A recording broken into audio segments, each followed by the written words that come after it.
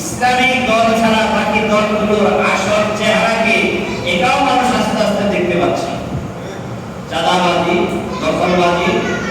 যা হচ্ছে এটা মানুষ দেখতে পাচ্ছে, এই জন্য আস্তে আস্তে মানুষ ইসলামের ছায়া তলে ঢুকতে শুরু করে দিয়েছে।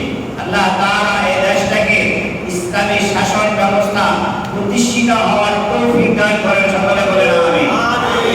আমাদের যে নবী পৃথিবীতে আল্লাহ তাআলা পাঠিয়েছিলেন, ইনি 570 খ্রিস্টাব্দে 12 রবিউল আউয়াল এই মাসে তিনি এই পৃথিবীতে এসেছিলেন।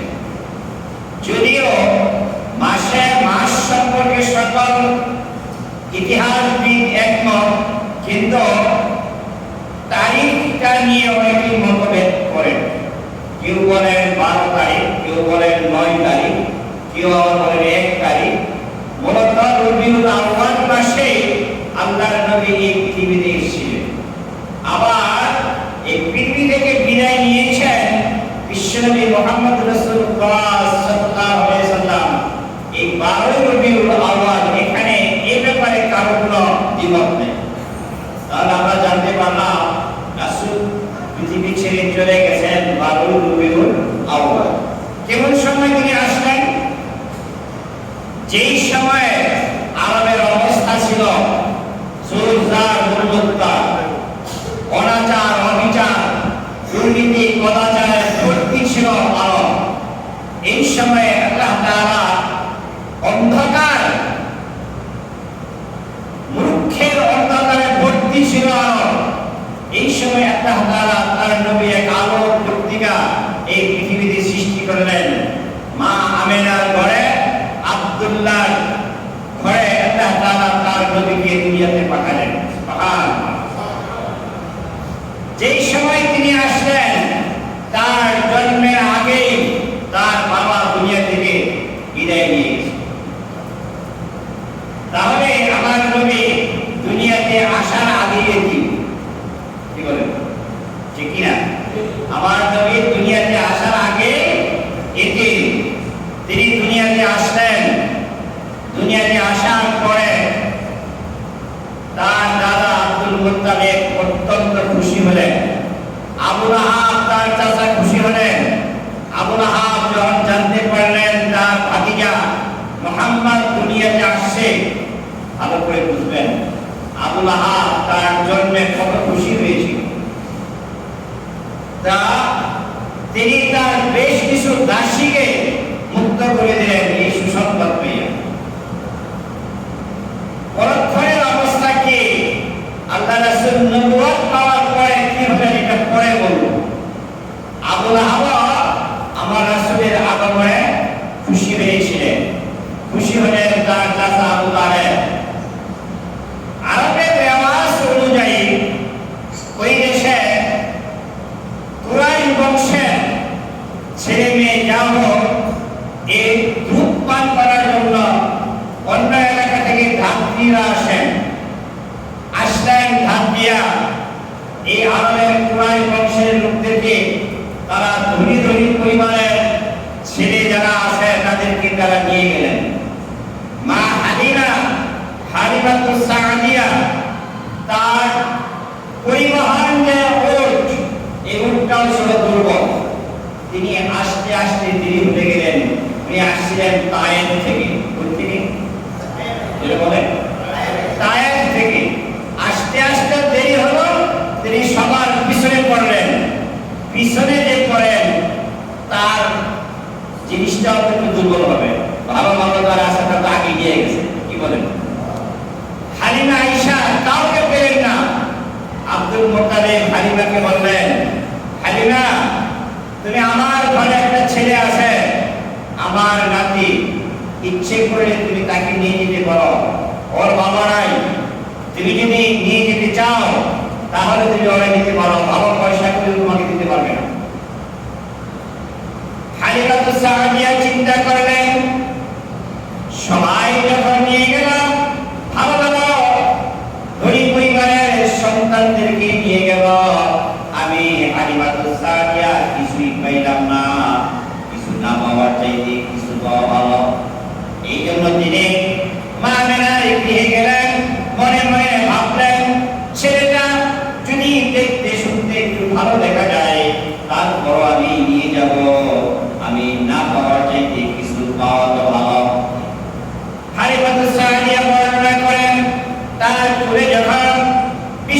বিশ্বনবী মুহাম্মদুর রাসূলুল্লাহ সাল্লাল্লাহু আলাইহি সাল্লামকে মা আমেনা তুলে দিলেন। হালিমা বলেন, মা আমেনা যখন আমার কোলের মধ্যে বিশ্বনবী মুহাম্মদকে তুলে দিলেন, মনে হলো যে মন আকাশের চাঁদ আমার কোলে উঠে বসেছে। শুরু হলো হালিমাতুস সাদিয়া। তিনি যখন বিশ্বনবীকে নিয়ে তার সওয়ারির মধ্যে উঠলেন, ওঠার সাথে সাথে বরকত শুরু হয়ে গেল। ওঠার সাথে সাথে এই উটের শক্তি বেড়ে গেল। সব উটকে ছেড়ে হালিমাতুস সাদিয়া উট সবার আগে চলে গেল।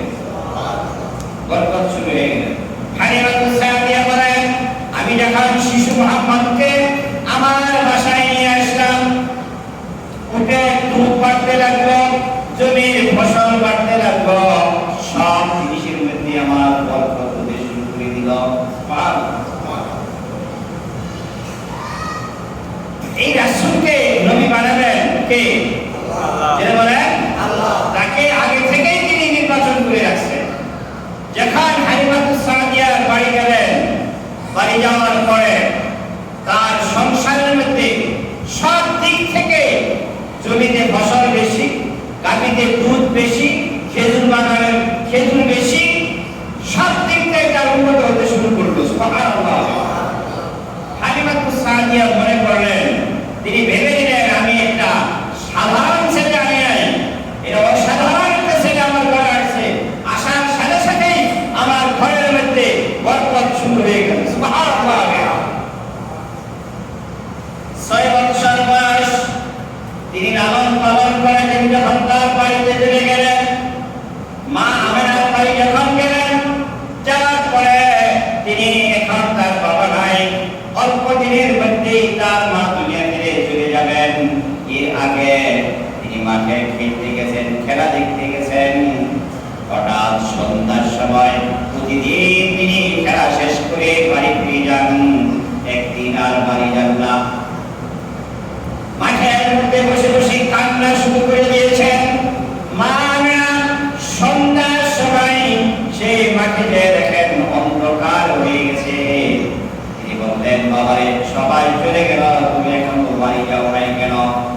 বিশ্বনবী বলেন, সকাল বাচ্চারা খেলতে আসে, তার বাবারা খেলতে দিয়ে যায়, আমার সন্ধ্যা হলে নাম করে দেখে গালে মুখে চুমু খায়, আমার বাড়ি নিয়ে যায়। মা আমি আজকে বসে আছি, দেখি সবার বাবা তো গেল, আমার বাবা আসে কিনা।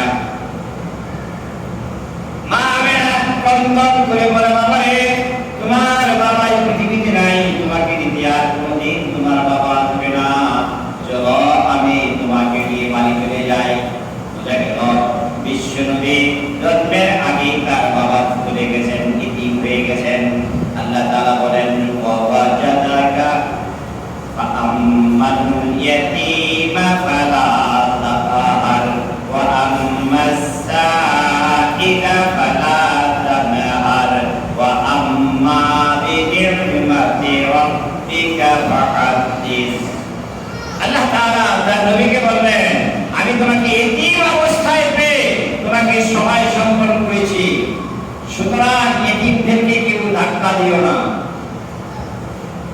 সম্মানিত ভাইরা আমার, আল্লাহ তাআলা আরো বলেন, ফাআম্মা মান ফাআম্মা ওয়া আম্মাস সাঈলা ফালা তানহার ওয়া আম্মা বিনি'মাতি রাব্বিকা ফাহাদ্দিস। তোমার কাছে যখন কোনো সাইল আসে, কোনো ভিক্ষুক আসে, তুমি তাকে এমনি তাড়াইয়া দিও না।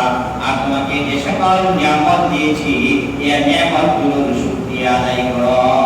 সুবহানাল্লাহ। ঈদের দিন বিশ্বনবী মুহাম্মদ রাসূলুল্লাহ সাল্লাল্লাহু আলাইহি ওয়াসাল্লাম তিনি ঈদগাহ ময়দানে যেতেছেন, ঈদের দিকে যেতেছেন। দেখেন রাস্তার মধ্যে একটা ছেলে কাঁদতেছে, রাস্তার পাশে বসে বসে একটা ছেলে কাঁদতেছে। জিজ্ঞেস করলেন, বাবা তুমি কাঁদো কেন, কি হয়েছে? বলতে লাগলেন, আপনাকে আমি চিনি, আপনি চলে যান। আমি এখানে কান্না করতেছি, আমার দুঃখ বোঝার মতো একজন মানুষ এই মক্কা নগরীতে আছেন। তিনি যখন এদিক দিয়ে যাবেন, আমার মা বলে দিয়েছে তার কাছে আমার দুঃখের কথা বলার জন্য। বিশ্বনবী বলেন, সে কে? ছেলেটা বললেন, আমার মা বলে দিয়েছে আব্দুল্লাহ পুত্র মুহাম্মদ যখন এদিক দিয়ে যাবে, তুমি তাকে তোমার দুঃখের কথা বলবে। বিশ্বনবী বলেন, তুমি বলো আমি সে আব্দুল্লাহ পুত্র মুহাম্মদ। এবার ছেলেটা বলল, হুজুর, আমার মা বিধবা, আমার মাকে একটা পুরুষ বিয়ে করেছে। ছোট্টবেলায় আমার বাবা মারা গেছে। আমার মা যখন আমাকে এই পুরুষটা বিয়ে করেছে, আমার মা যখন আমাকে আদর করে, চুমু খায়, খাবার দেয়, ওই পুরুষটা আমার মাকে নির্যাতন করে, কষ্ট দেয়, মারপিট করে।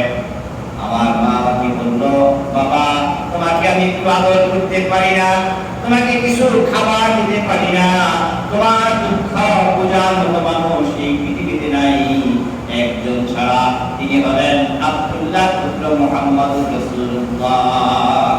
তুমি যাও, রাস্তার মধ্যে দাঁড়িয়ে থাকো, দেখো তিনি আসলে তোমার দুঃখ তিনি বুঝবেন।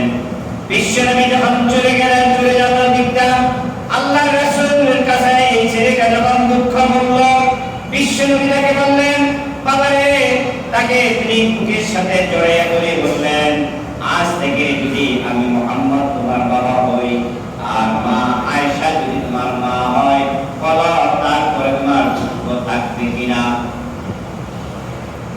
ছেলেটা হাউমাউ করে কেঁদে দিয়ে বললেন, ইয়া রাসূলুল্লাহ, আপনি যদি আমার বাবা হন আর মা আয়েশা যদি আমার মা হয়, তাহলে এর যে কি সৌভাগ্য আমার আর কিছু নাই।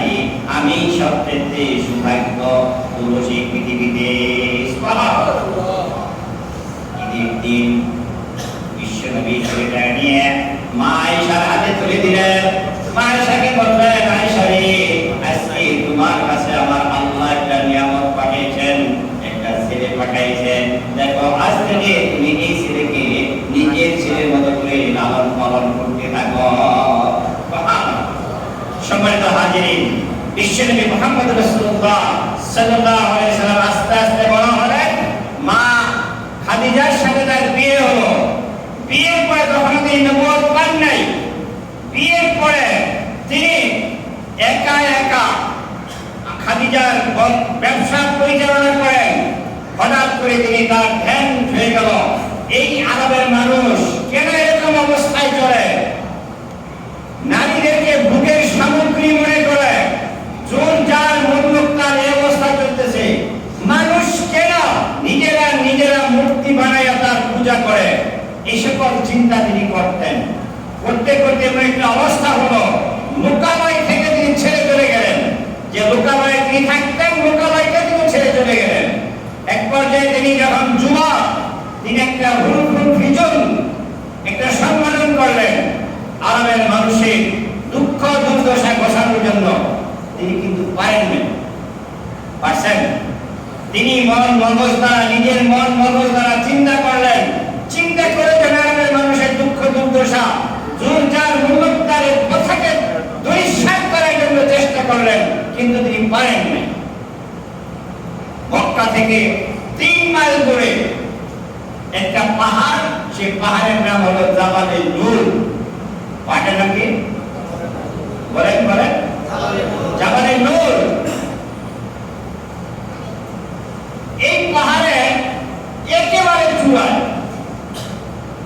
মানুষ এখনো ওঠে 1 ঘন্টা 20-22 মিনিট সময় লাগে উঠতে। কত উঁচা! এই পাহাড়ে একেবারে চূড়া থেকে একটু নিচে নামলে একটা গুহায় যাকে বলা হয় ডেরা গুহা, মানে এইভাবে 2 জন মানুষ দাঁড়ায় নামাজ পড়া যায়। এখানে 2 জন মানুষ দাঁড়ায় নামাজ পড়া যায়। এখানে তিনি চিন্তা করতে লাগলেন। চিন্তা কি করেন? আমি কে, কেন আমাকে দুনিয়ায় পাঠানো হলো? মানুষ এরকম নিজেরা মূর্তি বানায় পূজা করে কেন? এই পৃথিবীটা কেউ না কেউ তো বানাইছে, তাকে মানুষ চিনে না কেন? এরকম তিনি চিন্তা করতে লাগলেন। আর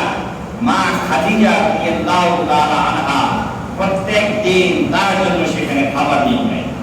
আল্লাহ বলেন না, রাসূলের বয়স 40 বছর, মা খাদিজার বয়স 53-54 বছর।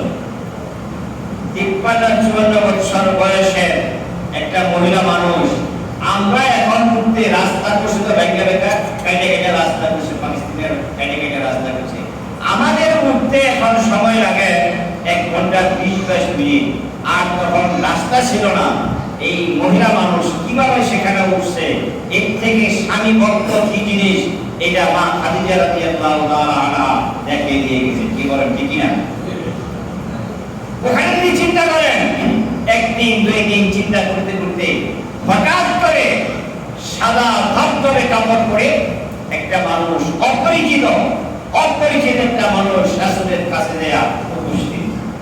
ভয় পাওয়ার কথা, এটা বলেন, ভয় পাওয়ার কথা না? অপরিচিত কেউ এখানে আসার কথা নয়। অপরিচিত একটা লোক সাদা ধবধবে কাপড় পরে রাসূলের কাছে, রাসূল যেভাবে বসে আছে তার সামনে গিয়ে বসলেন। বৈশা বলেন, ইকরা পড়ো। রাসূল বলেন, আমি তো পড়তে জানি না। আবার বলেন, ইকরা পড়ো। রাসূল বলেন, আমি তো পড়তে জানি না।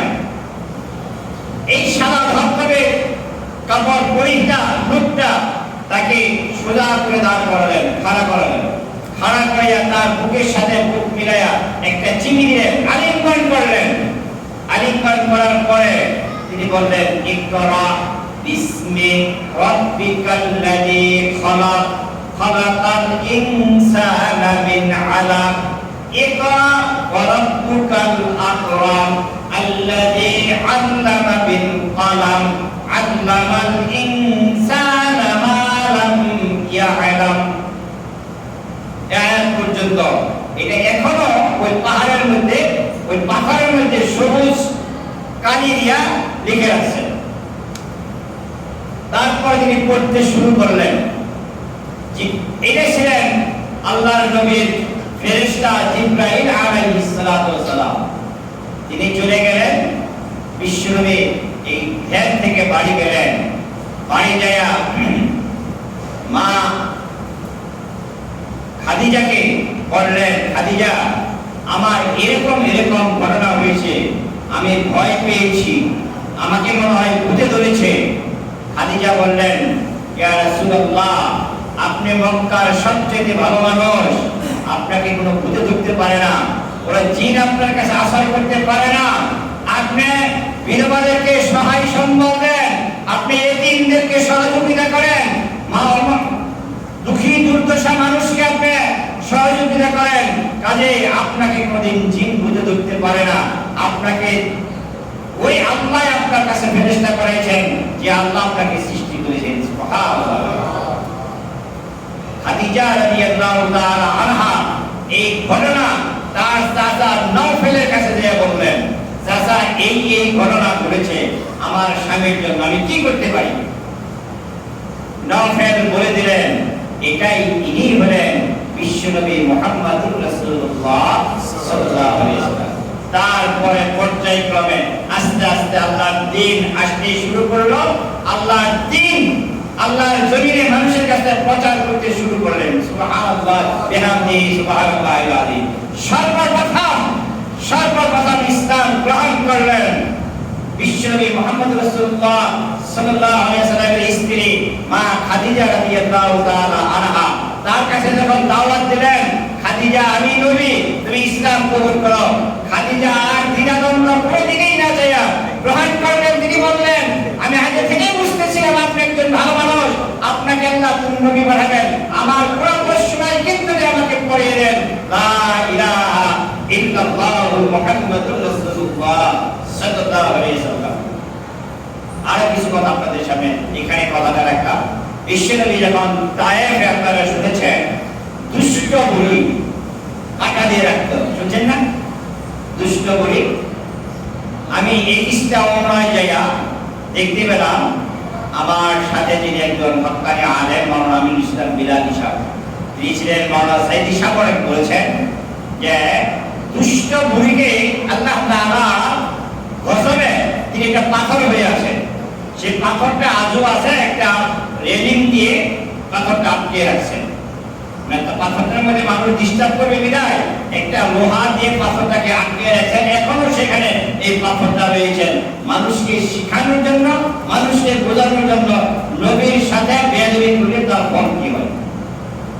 বিশ্বনবী মুহাম্মদ রাসূলুল্লাহ সাল্লাল্লাহু আলাইহি ওয়াসাল্লাম নিজের হাতে যে মসজিদটা বানিয়েছেন, এই মসজিদটাও এখানে এখন পর্যন্ত বিদ্যমান আছে।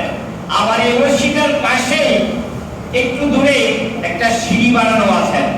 এই সিঁড়িটা এসে জিবরাইল আমিন বসতেন, এটাও এখনো ওই জায়গায় বিদ্যমান আছে। আপনারা যদি কেউ যান, গেলে এটাও এখনো দেখতে পাবেন। আর হালিমাতুস সাদিয়ার বাসা থেকে এই দুষ্টগণের পাশ দিয়ে, বাড়ির পাশ দিয়ে রাসূল সাল্লাল্লাহু আলাইহি ওয়াসাল্লাম যেতেন মসজিদের মধ্যে। সেখানে উঁচু পাহাড়, এই পাহাড়ের মধ্যে পাহাড় থেকে কিছু দুষ্ট লোকেরা পাথর ধাক্কা দিয়ে ফেলেছিলেন, রাসূলের শরীরে পড়বে আর রাসূল মারা যাবেন। পাথরটা দেখেই রাসূল সাল্লাল্লাহু আলাইহি ওয়াসাল্লাম বললেন, কে ঘোড়া ওখানে দাঁড়াও। আজ পর্যন্ত পাথরটা ওখানে আছে। পরে দেখলে মনে হবে পাথরটা মনে পড়ে যাবে, আপনি দেখলে মনে করবেন যে পাথরটা পড়ে যাবে। আজ পর্যন্ত পাথরটা ওখানে বিদ্যমান রয়েছে। রাসূল সাল্লাল্লাহু আলাইহি ওয়াসাল্লাম যখন তায়েফে দাওয়াত দিতে গেলেন, তায়েফবাসীরা তাকে যখন নির্যাতন করেছে, কষ্ট দিয়েছে, মার দিয়েছে, পাথর নিক্ষেপ করেছে, তিনি পাথরের আঘাতে অজ্ঞান হয়ে পড়ে গেলেন। আর রাসূল যখন জ্ঞান ফিরলেন, তায়েফবাসীরা আবার পাথর মারলেন। জ্ঞান ফিরতে ফিরতে এক সময় তিনি একটু আগায় গেলেন, একটা বাগান, খেজুরের বাগান। বাগানটা হলো আব্বাস রাদিয়াল্লাহু তাআলা আনহু। আব্বাস, সেই বাগানটা এখনো বিদ্যমান আছে।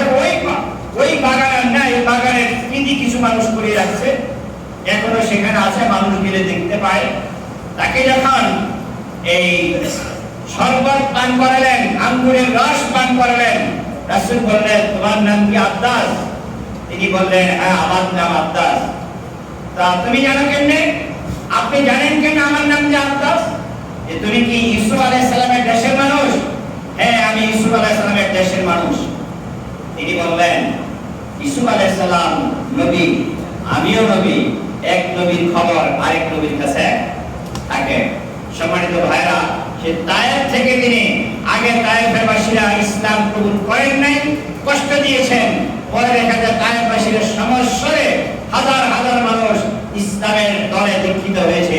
সেই নবীর দৃশ্য এখনো ওখানে আছে। সম্মানিত ভাইরা, আমার যে কথাটা বলতেছিলাম, এখানে আমাদের কিছু আমল করার মতো কিছু নাই।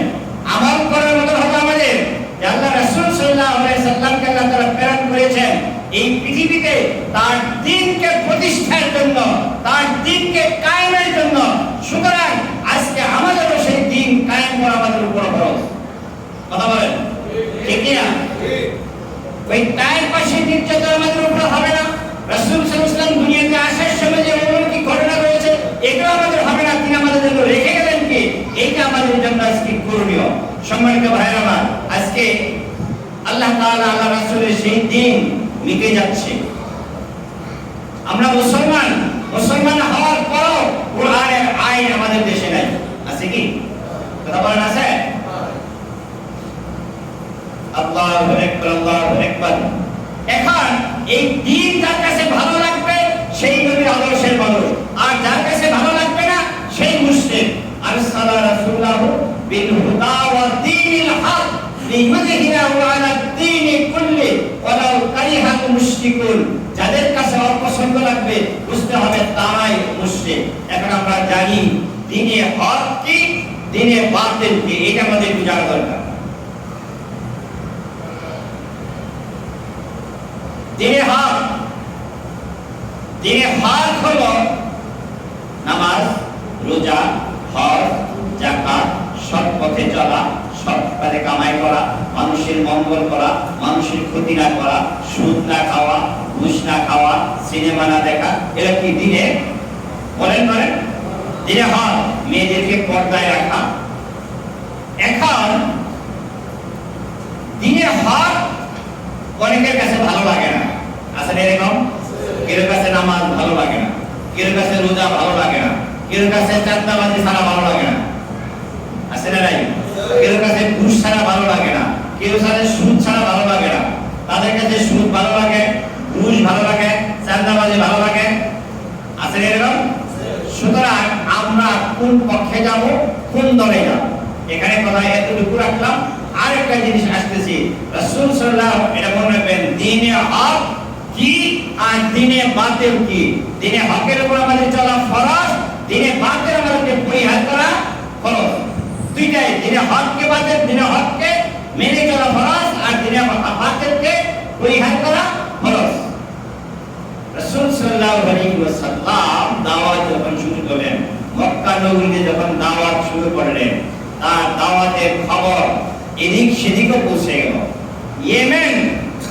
ইয়েমেন এর বাদশাহ তার দাওয়াত শুনে তাকে দাওয়াত দিলেন বিচারের জন্য আবু জেহেল। কে দাওয়াত দিলেন? আবু জেহেল। কিসের জন্য? রাসূল সাল্লাল্লাহু বিচারের কাঠগড়ায় দাঁড় করার জন্য। কারণ কি? তিনি তাদের দেওয়ার দিন মূর্তি পূজা এ সকলকে তিনি মন্দ বলেন, এগুলোর বিচারের জন্য। যখন ইয়েমেনের বাদশা আসলো, ইয়েমেনের বাদশার জন্য আবু জেহেল একটা চেয়ার বানালেন স্বর্ণখচিত। কি খচিত? স্বর্ণখচিত। আর একটা চেয়ার বানালেন রূপায় খচিত। এখন এই রূপার খচিত যে চেয়ার, এইটাই বসছেন সভাপতি। সভাপতি আবু জেহেল। আর প্রধান অতিথি বলেন ইয়েমেনের বাদশা। দুই চেয়ারে দুইজন বসা। আসামিকে মুহাম্মদের রাসূল। দৃশ্যটা বুঝতে পারতেছেন আপনারা? আবু জেহেল কিছু নওজোয়ানকে পাঠালেন মুহাম্মদকে ধরে আনার জন্য। মুহাম্মদ সাল্লাল্লাহু আলাইহি সাল্লাম তখন তার চাচি আমির হামজা বাসায় তার চাচির কাছ থেকে ধরে নিয়ে আসবেন। তার চাচি যখন ধরে নিয়ে আসেন, তার চাচি কাঁদতেছে। বিশ্বনবী বলেন, চাচি আমার মা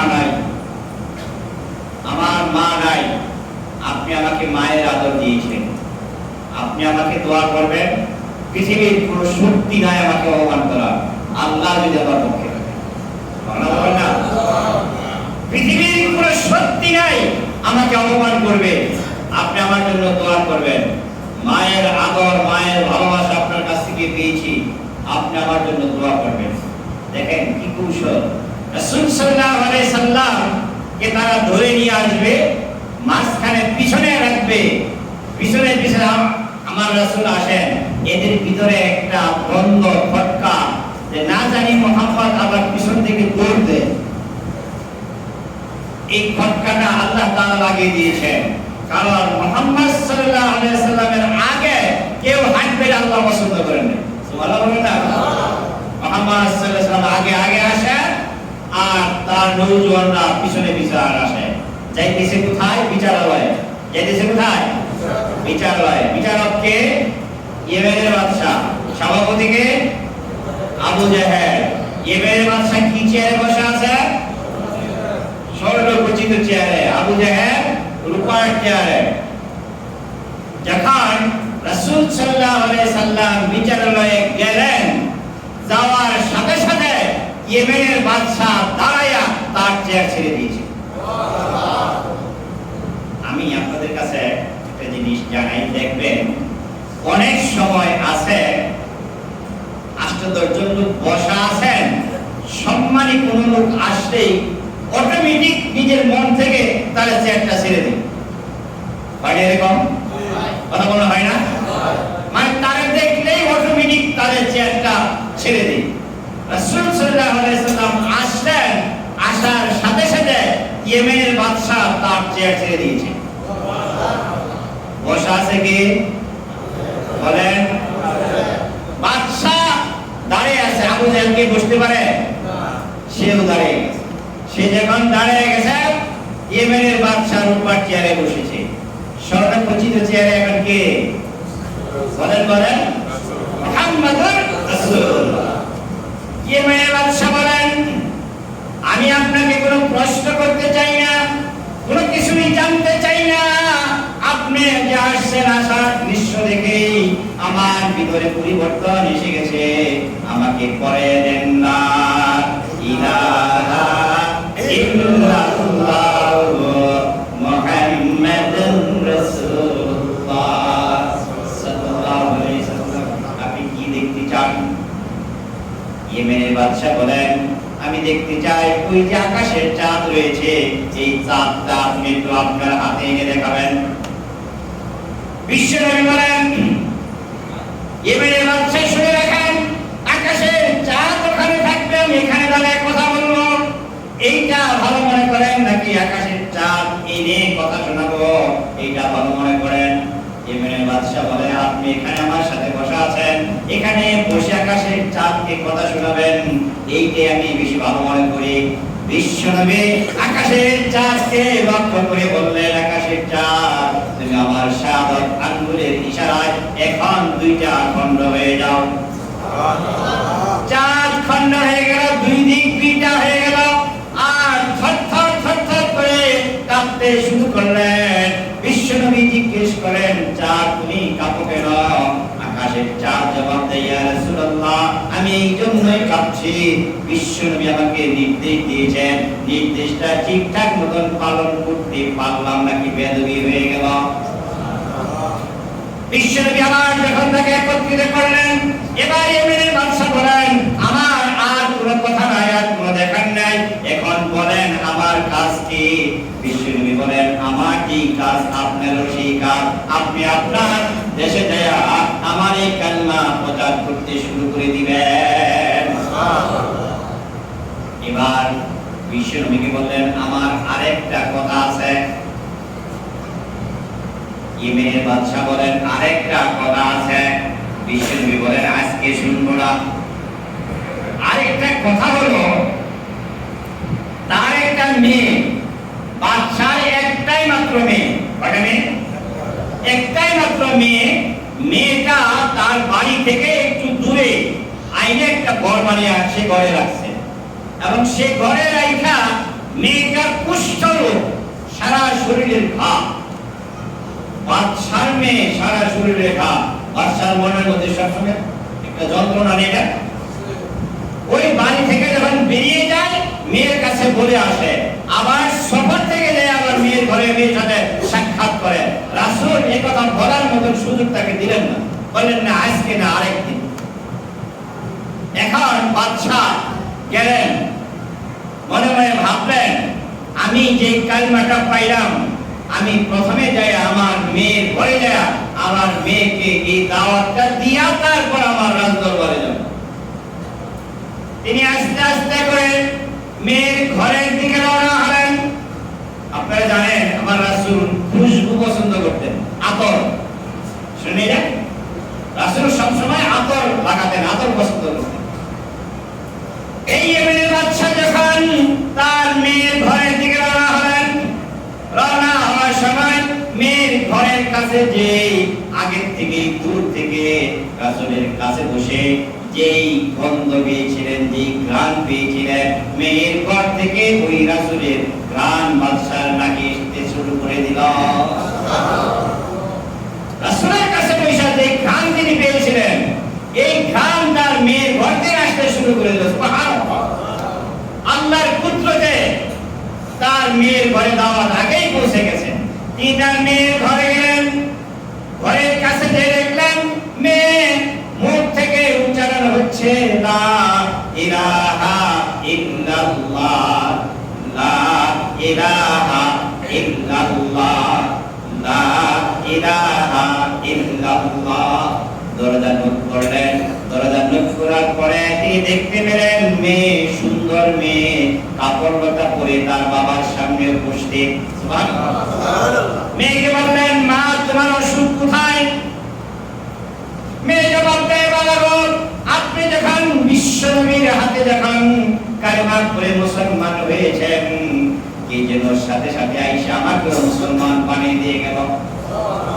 আর আমাকে যখন মুসলমান বানিয়ে দিয়ে গেল, কালেমা পড়লাম, সাথে সাথে আমার অসুখগুলো সব ভালো হয়ে গেছে। মুজিজা, এটা কি রাসূলের মুজিজা। আবু জাহেল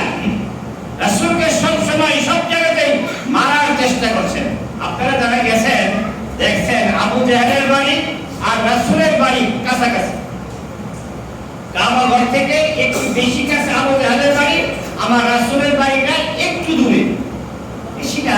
এখানে এই যে সভাপতি সাহেব হয়ে গেছে না, আপনার বাড়ি আর এই মসজিদ এত লোক আগে পাশে। আবু জাহেল একদিনকার চিন্তা করেন, ওরা তো কোনো ক্রমে পরাস্ত করতে পারি না, আমার যেমন চিন্তা কার বাঁচাবেন কি? সন্ধ্যার সময় মিটিং বসলেন, শোনো সবাইকে বলতেছি, ভালো করে শোনো, ঠিক মুহাম্মদ তো চালাক মানুষ, বিপদে পড়া আমি আমার নাম বলতে পারে, তোমরা কিন্তু কেউ তারা বাঁচাইতে যাবে না। কি বলতে পারে? আবু জাহেলের নাম বলতে পারে। আবু জাহেল তার বাড়ির দক্ষিণ পাশে ছোট্ট করে একটা কূপ খনন করে রাখছে, ভালো ভালো মাটি তো কূপ খনন করে রাখছে, রাইখে সেখানে খেজুরের পাতা টাতা দিয়ে ঢেকে রাখছে। ফজরের সময় মুহাম্মদ নামাজে যাবে মসজিদে, আর এখান থেকে তারা যখন কূপের মধ্যে পড়ে যাবে, আবু জাহেল ধরে আমরা বেরাবে, কেউ দেখবে না, আবু জাহেল একলাই থাকবে, উপর থেকে আর উঠতে দিবে না। এই হলো নিয়ম। বাঁচানোর মালিক আল্লাহ, যারা বলেন আল্লাহ। অনেকক্ষণ পরে ফজর হবে কি হবে না এরকম সময় চিন্তা করলেন যে পড়ছে কি একটু দেখি তো, কি চিন্তা করলো বলেন? চিন্তা করলেন পড়লো কি একটু দেখি, গেছেন যে একটু আস্তে করে উকি মারছে, উকি মারছে পরে বালুর ভূমি, বালুর মাটি ফুস করে আবু জাহেল গাদার মধ্যে পড়েছে।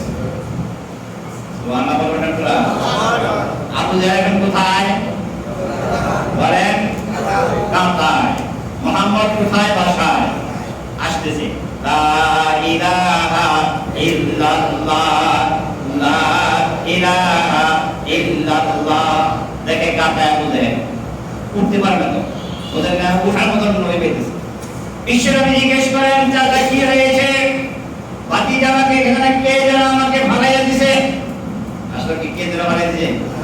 বাঁচাও বাঁচাও চিৎকার সুরসরি। যখন চিৎকার শুরু করছে, এদিক সেদিক থেকে লোক দৌড়ে আসে। প্রথমে মাথা খারাপ আঙ্গায়া বলছে, তারা নেতাই তো কইছিল যে মুহাম্মদ কই আমার নাম কইব, এখন কণ্ঠটা তো আমাদের নেতাই লাগে। ও ভাই কণ্ঠের একটা মিল আছে না? সবাই আসছে, আসার পরে আবু জাহেলকে উঠানোর জন্য যদি 8 হাত উঠ থাকে তাহলে 6 হাত একটা অস্ত্র নামাইলে উঠতে পারবে, পারবে না? 6 হাত একটা অস্ত্র নামাইছে, এলা রশি বলে আর যাই বলে, 6 হাত অস্ত্র নামাইছে। আবু জাহেল ধরবো, এই সময় আল্লাহ তাআলা ওই কূপের মাটিরে আদেশ করলো, তুমি 12 হাত হয়ে যাও। বলবে না, মাটি থপ করে নিচে 12 হাত হয়ে গেছে। আবার 12 হাত নামাইছে, 24 হাত হয়ে গেছে। 24 হাত নামাইছে, ডবল 48 হয়ে গেছে। অবস্থা এরকম হয়েছে, এখন নিচে থেকে আলো দেখা যায় কিন্তু উপর থেকে আবু জাহেল দেখা যায় না। ভয় ভিতরে আসেনি। এবার মুহাম্মদ আয়েশা দেখে এই অবস্থা, তোমাদের এখানে কি হয়েছে? অনেক লোকজন জড়ো হয়েছে। কি হয়েছে কি হয়েছে? সকালবেলা ওই আমার নেতা পড়ে গেছে। রাসূল জিজ্ঞেস করলেন, চাচা ইনি কেমনে বললেন? কার ভাতিজা কে বা কারা এখানে কূপ খনন করে রাখছিল? আমি এখানে আসার সময় ভুল করে পড়ে গেছি। কথা কি সত্য না মিথ্যা? তো উঠেন না, আর উঠাইতে পারে না। তিনি এবার নরম সুরে বলেন, ভাতিজা কেউ বুঝুক আর না বুঝুক, আমার বুঝ হয়েছে, তুমি মুহাম্মদ ছাড়া আমাকে এখান থেকে কেউ উঠাতে পারবে না। ভালো হলো না? চাচা আপনার যদি বুঝ হয়ে থাকে, আমি ছাড়া আপনাকে এখান থেকে কেউ উঠাতে পারবে না, তাহলে আমার কালেমাটা ওখানে বইসা পড়েন, আমি আপনাকে উঠাবো। আবু জাহেল কয়, ভাতিজা তুমি বিশ্বাস করো, উঠা প্রথমেই তোমার কালেমা বলবো, আর কোনো কথা আমি বলবো না। বারবার এই কয়ে উঠা পড়েন, এই কয়ে নিচে করেন। আমার রাসূল ছিলেন রাহমাতাল লিল আলামিন, দয়ার সাগর। বলেন আপনারা এখানে যারা আছেন, এত নির্যাতন এত কষ্ট যেই বেচারা দিছে তারা এখন সুযোগ মতন পাইছে, এখন কি কায়ে উঠাইতে কোনোদিন? আমরা এখানে যারা আছেন কেউ কি উঠাইতে চাইতেন? কইতেন যদি মরবে, কইতেন না? আমার রাসূল ডান হাতটা বাড়িয়ে দিয়েছেন, সেখান থেকে উঠে গেছে। উঠাই কইতেছে তুমি তো জাদু কুয়ার লাগাইছো, তোমার কালিমা আমরা বলবো না। মাইয়াহদিল্লাহু ফালা মুদিল্লা লাহু ওয়া মাই ইউদ্লিলহু ফালা হাদিয়া লাহু। আল্লাহ যাকে হেদায়েত দেয় কেউ তাকে পথ ভ্রষ্ট করতে পারে না, আল্লাহ যাকে পথ দেখান কেউ তাকে হেদায়েত দিতে পারে না। সম্মানিত ভাইরা, কথা আজকে এই পর্যন্ত দুইটা মুজিজা নিয়ে কথা বললাম, রাসূলের আগমন নিয়ে কিছু কথা বলেছি। রাসূল আয়েশা পৃথিবীতে কি করলেন এই প্রসঙ্গ নিয়ে আমরা আগামী শুক্রবারে আলোচনা করব। দ্বীনে হক কি রাসূল আসলেন কেন? দ্বীনে হক প্রতিষ্ঠার জন্য। কেন আসেন বলেন ভাই? দ্বীনে হক প্রতিষ্ঠার জন্য। আমাদের এই দ্বীনে হক নিয়ে আমাদের চলতে হবে। রাজি আছি ইনশাআল্লাহ আমরা? এই জন্য আমাদের পক্ষে বিপক্ষে যত যাই হোক না কেন আমরা দ্বীনে হককে ছেড়ে দেব না। কারণ রাসূলের সুপারিশ ছাড়া কোন মানুষ জান্নাতে যেতে পারবে না। কাজে রাসূলের সুপারিশ ছাড়া জান্নাতে যেতে না পারে, রাসূলের আদর্শ, সে রাসূলের দেখে যাওয়ার দিন আমাদের এর মধ্যে লেগে থাকতে হবে। আল্লাহ রাব্বুল আলামিন আমাদেরকে তৌফিক দান করুন। সকলে বলেন আমিন। ওয়া মা আলাইনা ইল্লাল বালাগ। আসসালামু আলাইকুম ওয়া রাহমাতুল্লাহি ওয়া বারাকাতুহু।